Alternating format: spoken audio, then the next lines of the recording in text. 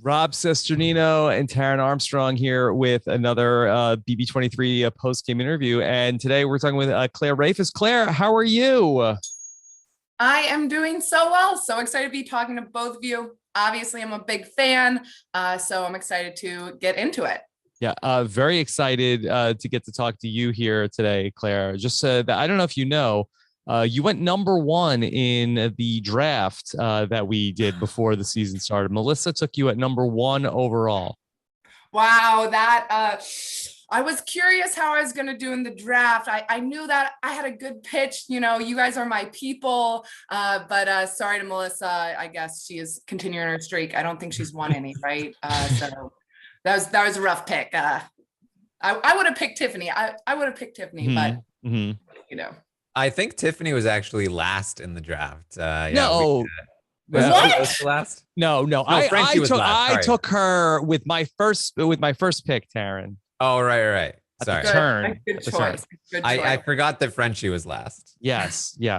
But anyway, Claire, how's everything going for you? That it's amazing to see you not still in California. Yes, I was saying this earlier. You can clearly tell if you're watching the video that I am back in my cruddy New York City apartment by the DIY art on the walls. I am not at Todrick's at the moment, but yes, I am back in New York City now. Saw my family, saw the people, but still FaceTiming a good amount with the people back in LA. Yeah. And it just goes to prove the point that there's some people that are saying that the Big Brother players are captured. No, that you can, at your own free will, you're allowed to leave. Yeah, it was a Squid Games type of escape. I did win that, and that is why I've been released. Congratulations. So rooting for everyone else still back in the house that maybe they will also be freed soon. Yeah, Claire, do you have any updates you want to share in the last a week and a half since we saw you on the finale? No real updates. Enjoying life, going back to work on Monday. So I've really enjoyed my time catching up with everyone, befriending people that I wasn't necessarily best friends with in the house. It's been nice, but no big updates. Well, other than Squid Game, what are some of the things you've learned about since you've got out of the house? I will say one of the big things was the Olympics, getting out of the game, getting caught up on what happened with the Olympics, Simone Biles. That was a big topic of conversation, the jury house, especially with Brittany. I think that we really debated that the most. But it's been really wild learning about like music, TV shows that are out there. Casey Musgraves dropped an album. I love that. But, really seeing Let's go. Come on, please. Seeing all the updates, all the things from inside the house has been a lot, but good. Is there something in particular from the house that has surprised you? I think learning in. Very surprising. Yeah, this was too surprising. Too surprising. Shocking almost, but that's its own. I'm sorry, thing. Claire. That you cut out for a moment there. Could we get that response again? Oh yeah. So finding out that Tiffany was the master plan person, we freaked out. I don't know if you guys saw that, but that entire week leading up to when Tiffany got there, we were saying whoever did this, they're gonna win the game. That's just it. Period. Who knows, maybe it's Kylan, maybe it's X, maybe it's Tiff. But finding out it was Tiff was amazing. Seeing all this stuff with the guys trying to take credit for it, that's been very surprising to me, but also knowing them, not that surprising. Yeah. Claire, of course, that it has been the stuff of legend, your pregame preparation that you brought into the house. Oh wow, the binder is here if you're listening to the podcast. Just made it onto the podcast. Yes. So what was then the biggest thing that took you by surprise in going in and playing in this season? Yeah, clearly all the prep didn't really do me that much. Did no prep and we did pretty equal. I would say what really shocked me was how big of an impact emotions were in the game. I thought I was going to be coming on as a huge super fan and, a big Survivor fan, being able to play a cutthroat game, big moves, like knifing people in the back. And then when you're in it, I just did have so much love for Tiffany, for Chada, for Derek X, that I was blinded by it, but I was okay with it. Having friends in that house is so important. Hanging out with people that you genuinely like is a huge factor in the game. And I think that you don't really understand that until you're actually playing the game. Have the binder ready for us, considering you had the binder in the first place. Yes, yes, I had a feeling maybe it would come up. Yeah, I'm a prepper. I also have my journal. I have all the goods out laid in front of me. So you know, something that I noticed throughout the game is that you really did have like you brought sort of like a very current level of metagame knowledge into the game that I really appreciated when people were talking about like, well, the end game competitions, they're not, they're more quizzes usually. You're like, no, actually, they've been physical lately. Watch out for that. I was like, yes, thank you. So I just want to thank you for that amongst many moments where you did things like that. Yeah, I mean, I think even the first few weeks, people were saying, we're going to get the spelling comp. Like, we're going to get, what comp? Like what do people like more? And I'm like, they haven't done those comps in years. Why are you prepping for that? There's no point in this. And Christian, when he was pitching, was really like, it's going to be quizzes. I'm like, I wish it was going to be puzzles. That's what I want. But no, absolutely. I think having some sort of game knowledge, especially around comps and what's been happening lately, is so vital in the game. That would be my number one tip for people going on next season. Claire, could you talk a little bit about the week that you ultimately went on the block and went home? It was very emotional for everybody as it was happening in the real time. We knew that this was coming from what was going on the feeds, and then to see the news broken to you. I think it was Labor Day weekend that was all going on. So could you talk a little bit about, just from your perspective, what that was like to learn from Tiffany about how you were going to be the one going on the block that week? Yeah, absolutely. I think that it's really hard because it was just a day in my life. Like, I've just experienced it as it was happening. And it's been interesting, like talking back and seeing other people's perspectives of that day. But I can say, going in that conversation with Tiffany, I knew that she was at least thinking of my name. From Chada, from Kylan, they had said, oh, she's considering all options. And I was like, okay, well, I don't think there should be that many options that she's considering here. And so I was nervous even going into that conversation with Tiffany, what it was going to be. And then having her talk me through it and say, I can't put up X, I can't put up Azza, Big D, Chada, Kylan. And I was like, yeah, okay, I kind of see where you're coming from. And then she tells me, and I have to put up you. And I don't know why I hadn't put it together that I was the last option there. I was shocked that was happening. I was really taken aback. I wasn't planning on turning on Tiff until Final Five. Come on, why is she turning on me? But I knew that I couldn't fight her on it. And I knew that, she told me this is something that I really cared about. And she didn't tell me it was an alliance, but I'm fine that she didn't tell me that it was an alliance. She didn't need to tell me that. She didn't need to tell me, yeah, I have deals with them. I wouldn't have wanted that for her. And I'm really proud of her. And I do genuinely feel that Tiffany had to make the hardest decision in this game. People can say afterwards she was a selfish player, but she had to do what none of the other players had to do, have that conversation with me and put me on the block. And that was at a huge detriment to her individual game.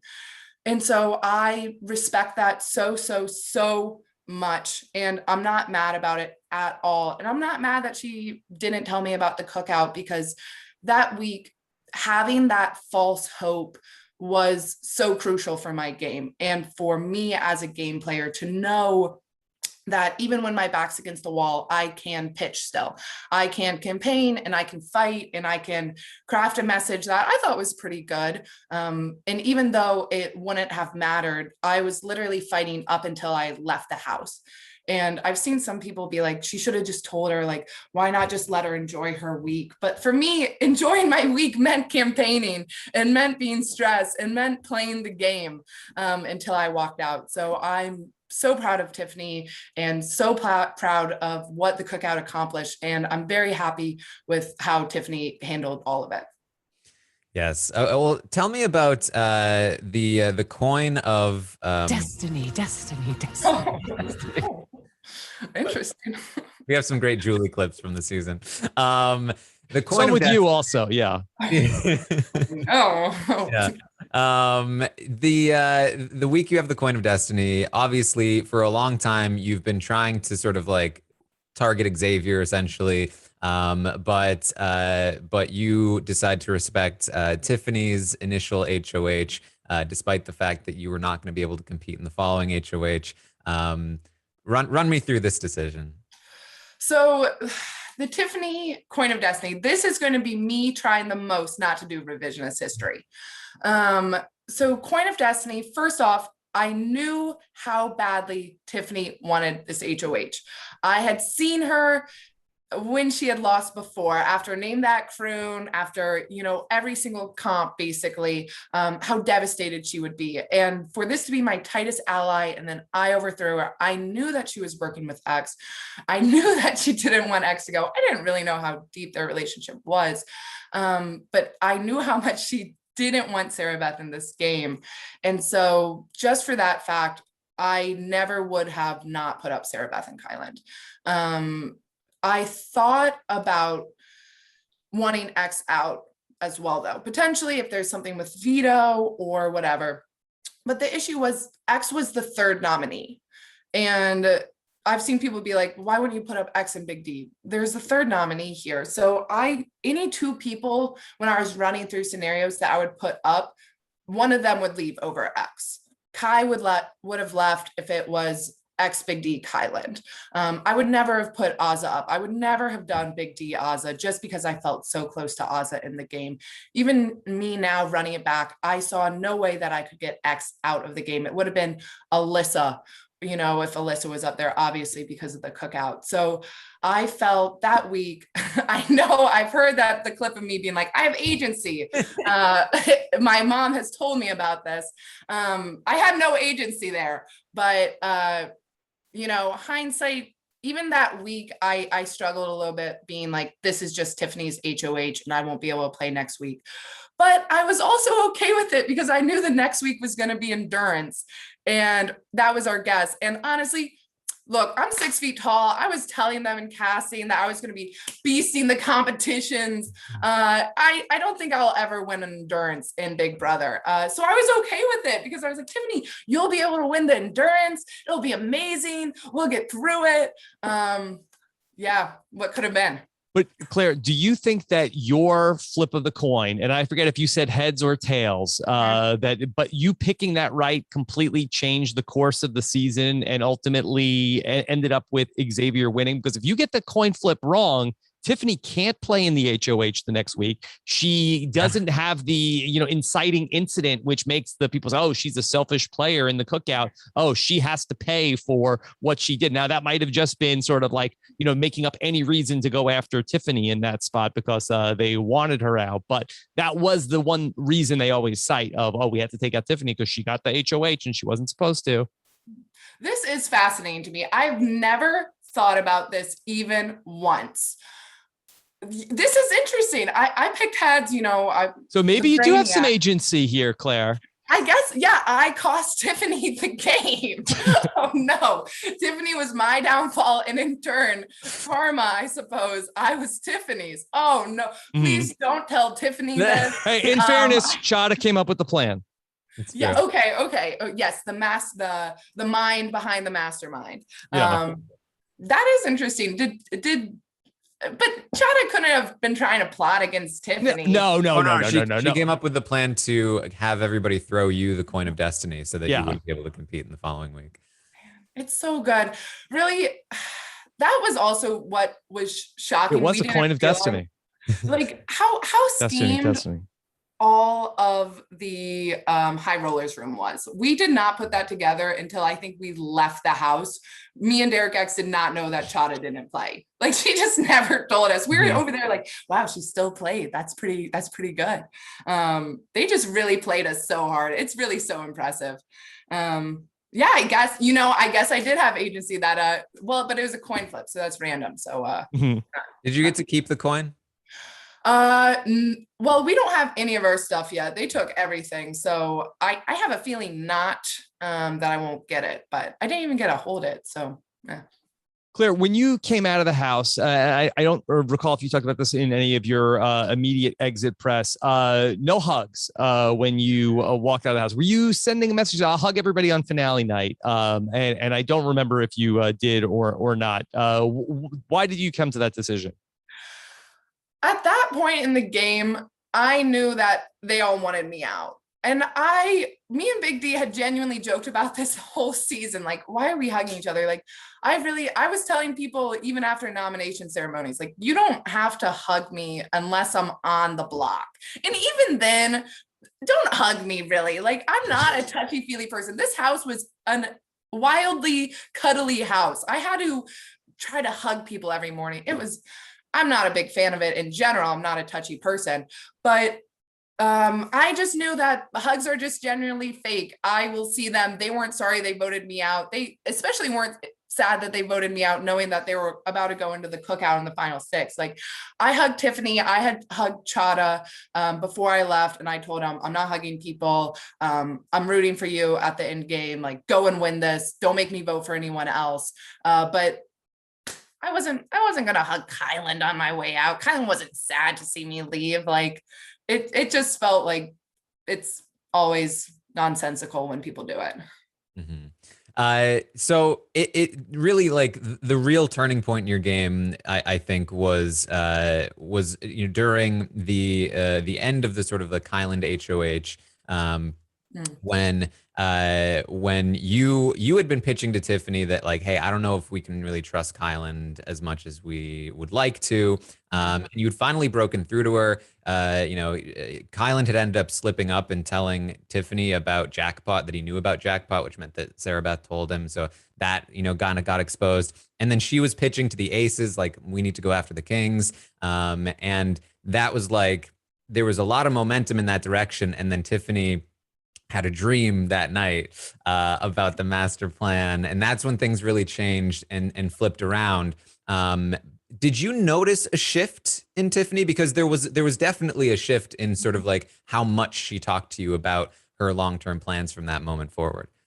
I think, well, also, it wasn't a dream. It was a song that played the next morning when they were waking us up. She can tell you more about that. I did notice a slight shift in her. And especially that week, that was the week that we were in. No, that was week 3. Week 3, she told me about Sarah Beth knowing about Jackpot. And then week 3 was when we were with the Kings and Sarah Beth was fighting for Chada. And all of a sudden, Tiffany and Kyland are yelling back, no, we need to go after Brittany. And I couldn't even sort of fathom what had happened in the past week. I knew that I could tell that maybe something had happened there. Why does Tiffany not trust Brittany, who we're in Kingslayers with? And I could kind of sense that maybe something was happening there. As the game continued on and on, I think as we hit jury, I really realized Tiffany is not talking that much game to me. I couldn't understand. I had to go to Tiffany with a final 2. Tiffany never talked to me about a final 2. And I could kind of tell that there was some slight disconnect here. But it was never that concerning to me, mainly because maybe I was just giving her so much loyalty, or because I knew that she was tight with other people as well. But in my head, if me and Tiffany are sitting on the block together, I thought I was going to have the votes. I just did. I knew how good of a player she was starting from week 2. And so I was like, I will be able to craft a pitch to reveal how good of a player she is and stay over her. So I was kind of okay with it because she wasn't necessarily in my very, very end game plans either. Mm-hmm. There was also the week that Derek X wins the HOH and he wants to target Christian. Obviously, Tiffany was very against this, but was like, I don't want to screw Derek X over. This, from my perspective, was even worse for you because Christian, obviously, unbeknownst to you, the cookout, Christian is your best hope of anything there. But also, Christian and Alyssa had talked a lot about wanting to basically bring you to the final three, like as far as possible. So had you we saw Tiffany push back against this a lot. You were obviously on board with the flip that almost happened. But I didn't see you push too hard on DX to not do this. Did you know that this was very good for your game to keep Christian around, or was it just that you didn't want to push too hard?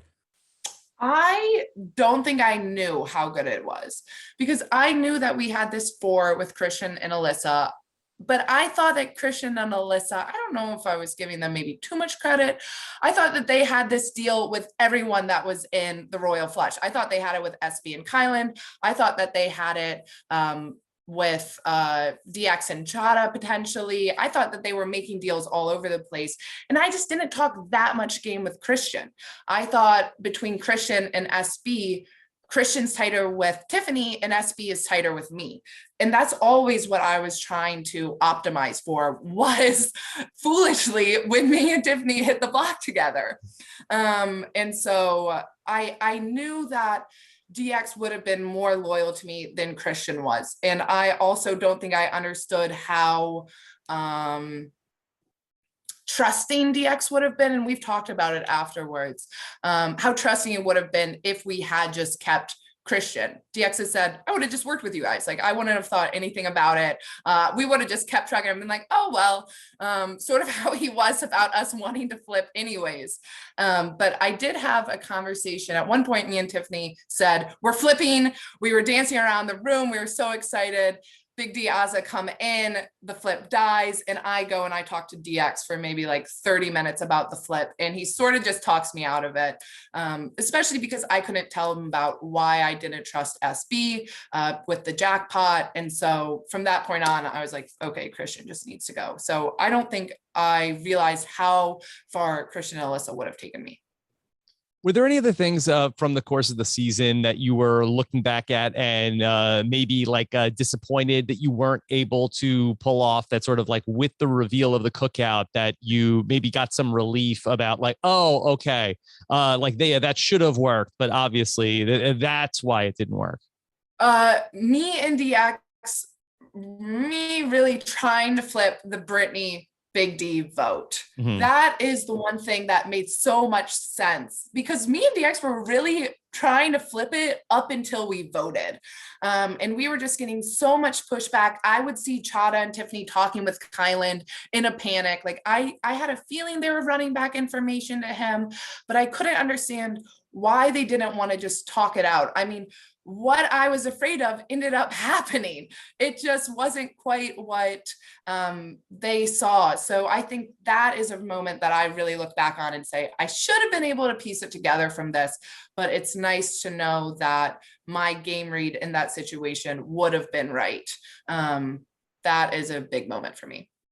Yeah, you did joke around with DX a lot. And let me tell you, there were a lot of people throughout the season that were like, they know. Claire and DX, they know, they're just not saying it. And I was on record. I didn't think that you knew, but you did joke around about it a couple times. Yeah. Yeah, I think that's the thing. Like, I wasn't blind in there. Like, I saw like a clip of X like freaking out that Alyssa told me I was the last white player. Like, I could see what was happening. Even before Christian left, I knew, okay, Christian, okay, we have SB is going to be a target. Brittany's going to be a target. I'm going to be a target. But at that point, when I was thinking about that, even pre-jury, I was like, okay, but DX and Alyssa would be part of this. And that was my understanding of, okay, if there is some sort of minority alliance, they would have been involved in it. And so I didn't know who I could kind of talk about. Well, what if this is a thing? And I was also just nervous to talk about it. It's like a very awkward thing to have to try to talk about. But no, even when I left, I was like, I think they have deals. Like, I genuinely didn't place together that there was an alliance until I got to Jury House. And it's actually funny. There was like a little Sudoku book in the room I was waiting in to go and see them. And there was a calendar on it that like Sarah Beth had done. And the date was circled and they had written Claire, Alyssa. Like, we were going to be the next two to leave. And in that moment, I said, oh my God, they're all working together. They are an alliance. Like, I did my exit press still being like, they're probably working together, but I don't know. But no, maybe I would have been able to figure it out if there had been someone that I could talk to about it without being joking. But no, I did not know in that house. Have you learned about a portion of your fan base that calls themselves the Delusional Claire Club, that all season long would just say, nope, she's gonna win, she's gonna be fine, she's gonna figure it out, it's all gonna be okay? Okay, I have seen this, and I haven't wanted to dip my toe in because we were throwing around the word delusional a lot this summer in regards to some other players, in a negative connotation. And so I haven't wanted to really deep dive that part of the fan base, but maybe I'll look into it. They were calling themselves delusional because they were such big fans of you, and they were trying to convince themselves that it would all work out. Oh man, I needed that energy in there. No, that's been what's really shocking is that I have fans. I feel like I came on the show being like, just no one's gonna like me. Like, it's gonna be fine. You got 100 BB bucks. This is true. That the second week of BB Bucks, I was like, man, Kylan backstabbing me. These people must hate Kylan. That's really what I thought. Like, yeah, like I said, I'm against Kylan, and everyone said, we love that. Let's support that. That's more what it was to me that week. I think the most popular soundbite I had all season was shut the up, Kylan. I do think at that point it was just that you were clearly the underdog, and I think that more so like I don't know how many people were you were getting anti-Kylan votes at that particular time. Yeah, it's I appreciate it. I mean, I really was sort of expecting me to just be fine. Like, if I didn't get canceled, I would have been happy this summer. Claire, you came into the process at a late stage. You were an alternate, and you were the last person we got to learn about in this cast. Can you just talk a little bit about what that was like for you to come in really at the 11th hour? Yeah, I mean, it was wild. I was out there sequestered the entire time. I didn't know that I was a late addition. I knew I was an alternate flying out there, but I didn't know that the cast had been released and then I was released at all until I was out of the house. And people were like, oh, did you see this person? That was what was also really shocking to me. But I flew out as an alternate. I was really DMing all the alternates I could even possibly think of, being like, what's it like being an alternate? Like, what's your hope? Like, But I was like, okay, I at least will get to go out there, do press. In my head, it was practice. Once I found out I was an alternate, I was like, okay, I'll go again next season. I know alternates have gone on other seasons. I was like, okay, maybe I could go on Survivor. And I really didn't have that many expectations. It is a weird feeling being an alternate because you're kind of hoping that someone gets COVID. Like, you're kind of hoping a tragic accident or at happens. least a false positive. Yeah, or at least a false spot. I mean, that's outside my wildest dreams. But it was very hard. And I found out the day that I think everyone else found out, like July 4th. They came in my room and they told me, and I started crying. And I was like, I should have been working out so much more. Once I found out I was an alternate, I stopped working out. And then I just really was trying to get my head in the game, trying to get my mindset up. Okay, there's nothing to lose here. You shouldn't have been even on this show. So you might as well play as hard as you can. What's next for you? What are you what are your plans now? I don't really know. I'm going back to work. I'm probably going to keep watching Survivor, keep being a fan, but just kind of figure things out. I'm thinking of potentially writing a book. I don't really know. Just Is it the more around- binder? You're publishing the binder. No, I'm not publishing the binder, but more around like game theory, things like that. What's really interesting to me. You know, maybe the binder will get sold for $2 at some point. But a lot of work went into it. But who knows? Okay. Stay tuned. Claire, where could people follow you on social media? Where are you posting now? Yes, so I am on Twitter at Claire Rehfuss, Rehfuss, and posting a lot Great of things. Survivor thread the other day. Yes, thank you. Yes, I'm. It's basically now I'm tweeting from my actual account versus my fan account that I had created, and I'm on Instagram at Claire Rehfuss. Same spelling. I have a Cameo, but that kind of feels weird to plug. And that's really my social media accounts. I'll be around for a while, I guess. Yeah. Well, Claire, it was so nice to get to talk to you. As you did here today, as you did during the season, you know, you handled everything with so much class. And I just feel like speaking for, you know, all the people in the fan base that I know, that, you know, you just did such an incredible job with everything, and a tough set of circumstances with the way that you went out. But, you know, you handled everything in such an amazing way. So again, congratulations on everything. Thank you so much. And like I said, I'm a huge fan of both of you guys. So that really means a lot. And all the love and support I've gotten has just meant the world to me. Okay. Claire, thank you again so much. And we'll talk to you soon. Okay. Yes, absolutely. Thank you so much.